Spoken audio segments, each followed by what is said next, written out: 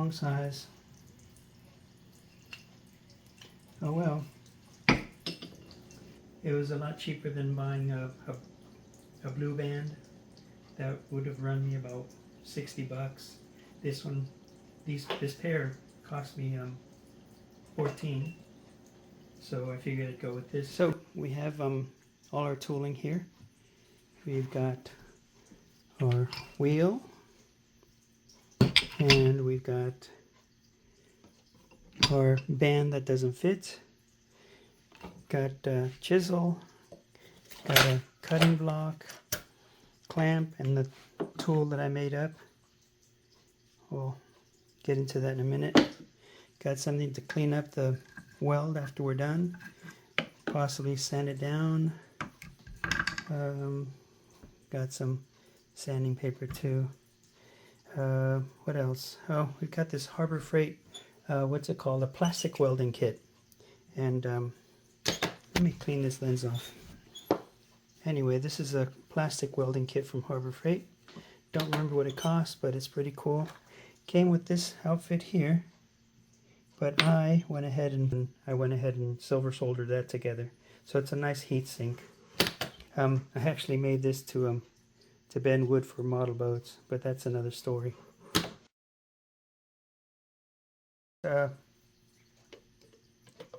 Need to cut this, and I wanted to give some dimensions here. It's roughly, that's 1/2 inch, pretty much on the money. This is here a little over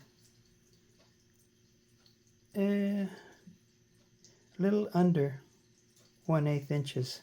So I also made this block here so you can clamp it onto the surface of a table, or you can put that on a vise, which I have in the garage.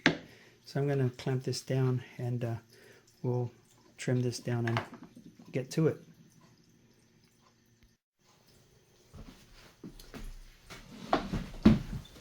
Alright, we want to find the splice joint on this, and it's a pretty good splice joint. I can feel that one side's a little bit higher than the other. It wasn't coplanar, but I'm sure it will do just fine. We're going to remove that. We're going to do this one a little under 24 inches. So let's get rid of the old splice here.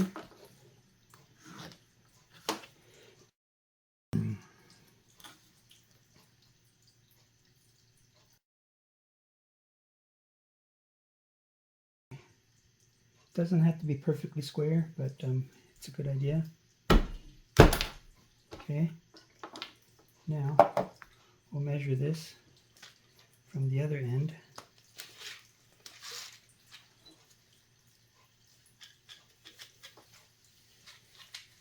So now we're at 24, and we want to bring it in another, I'd say 3/8 inches. So let's not lose that mark.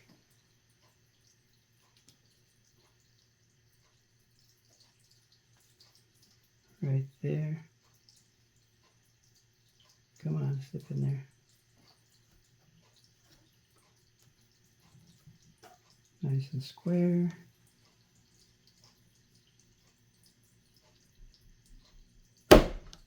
Okay, that better be right. Wow, that's going to be nasty right there. It's going to be real nasty there. I don't know if we can do that. Damn, that's a really bad curvature.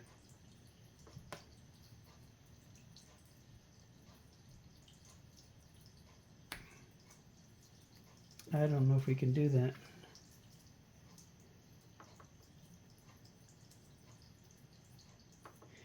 That's the disappointment. That's the reset here. All right, I was gonna use this setup here to do it all by hand, but it wasn't gonna go well. You really need to move fast on these. I was actually able to turn the tables and use this hot air gun for electrical stuff to heat sleeves for wiring and stuff. Anyways, I was able to heat the plastic up and straighten it out. This is the really bad side that just freaked me out, and that's pretty damn straight. So I'm gonna straighten this side out some, and I should be able to come out with a really good splice this time around. So I'll show you that. I think I got this for like 12 bucks off eBay or something. It's been really handy.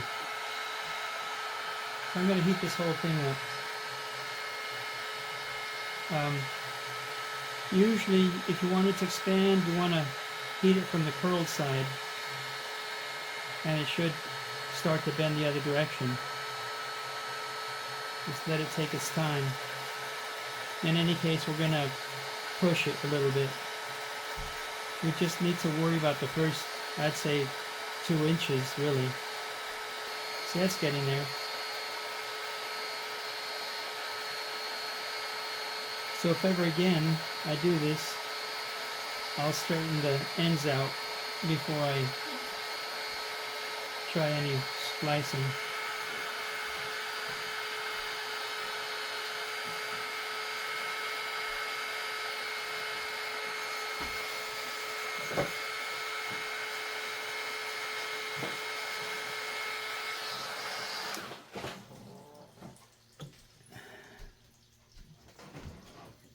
So that's it there. That's pretty damn good. All right.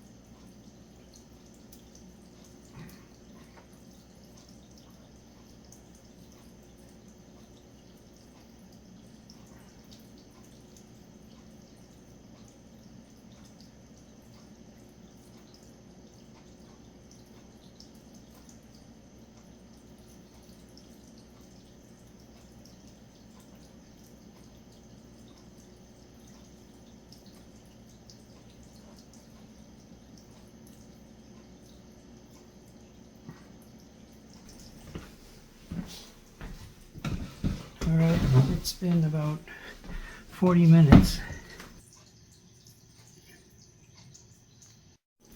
So we're going to remove the belt.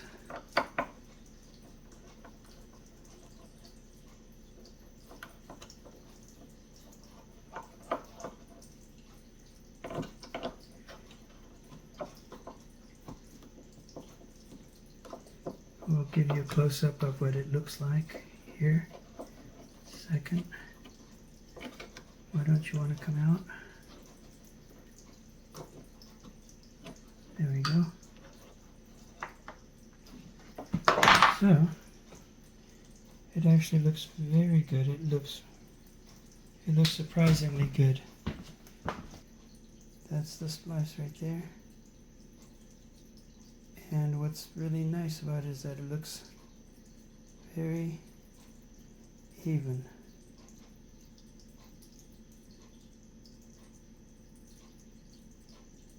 Yeah, that looks great. Okay, let's trim it off and see if I'm just blind. We've got these clippers here. They work really well. You don't want to push down on the urethane because it actually digs into the material like a bonsai cutter. They'll dig in, so you want to not apply too much pressure.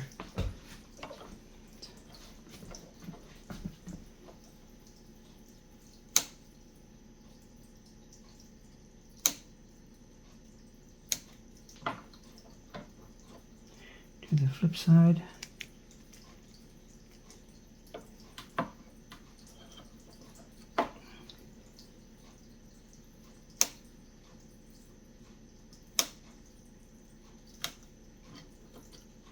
Okay, then we'll do the sides here,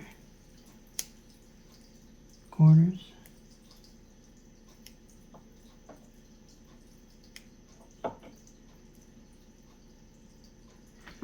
And that looks good. That feels so clean. I don't have to finish it off. It is really, it's done well. So that's actually the secret, is to heat this up, straighten it out, because you'll find that a lot of these belts have a bit of a rib on them. Alright, we're going to go ahead and put it on the wheel.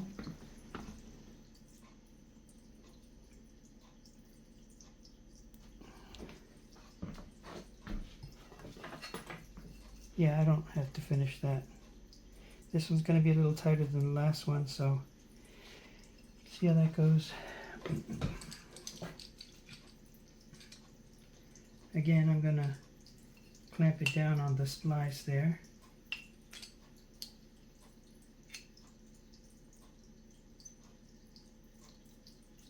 There we are. Nice and tight.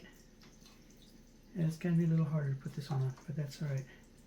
Then I'm going to grab this screwdriver and go ahead and push it on. I want to stretch it a little bit.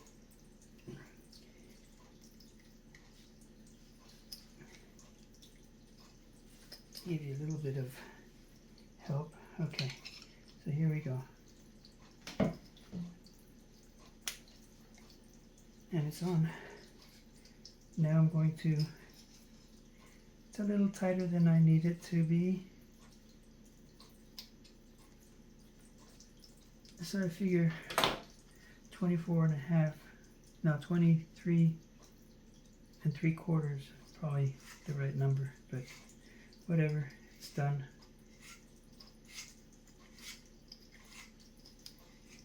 Yeah, that's a really nice splice. I'm surprised. There it is right there. Give you another look while it's on the wheel. See if we can get a good look at it.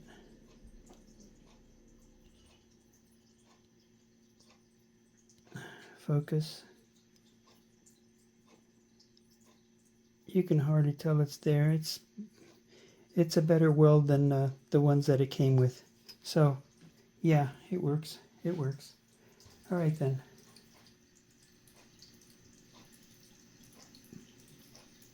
Hey kitty, what you doing?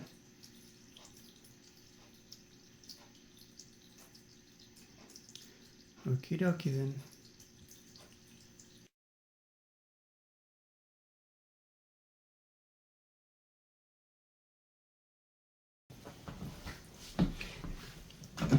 Alright, my hot iron is, I believe, warm enough. So this is going to slide in like that. Again, I'll point out you want enough space here that when you're melting it, that the heat is distributed into the plastic a little bit, not just on the edge. You'll have better adhesion. Now, if you push this too hard, once it's melted, if you push it too hard, what'll happen is that you'll squeeze all the melted plastic or urethane off to the sides, and you'll butt weld the cold plastic, the cold urethane, and you won't get as good a weld. So you wanna put the heater in there, melt it up, and quickly join them together. But be careful not to push them too close, too hard together. You could manipulate it back and forth a little bit for a second, but I wouldn't advise it. Everything I've seen, you just pop it together quickly. Now, you could upgrade this tool that I have here with a slide, some sort of slide, so that you slip it in and it won't fall off. That way you don't have to worry about it falling off after you've connected it. The other thing you could do is put a stop here, which would be easy to do with another piece of wood here, so that you could heat it up, pull the hot iron away, and then you'd have a stop exactly where you need it, so that you don't over press the urethane. In any case, that's for another day. I probably won't ever do this again for this jig here.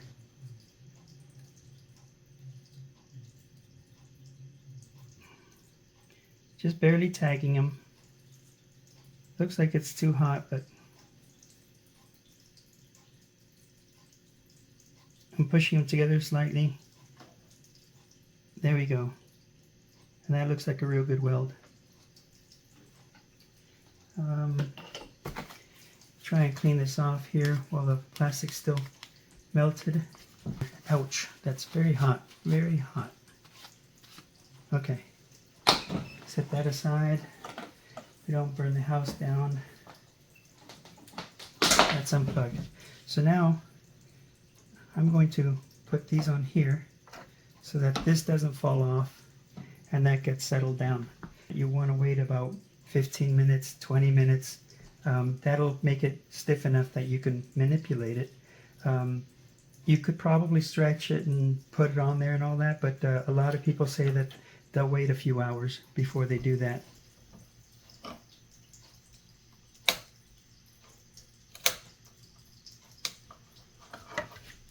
I'll get the sides, corners.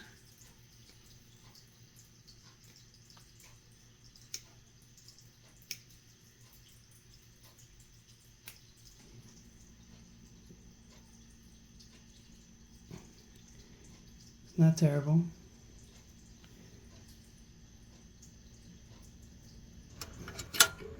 So we'll open it up.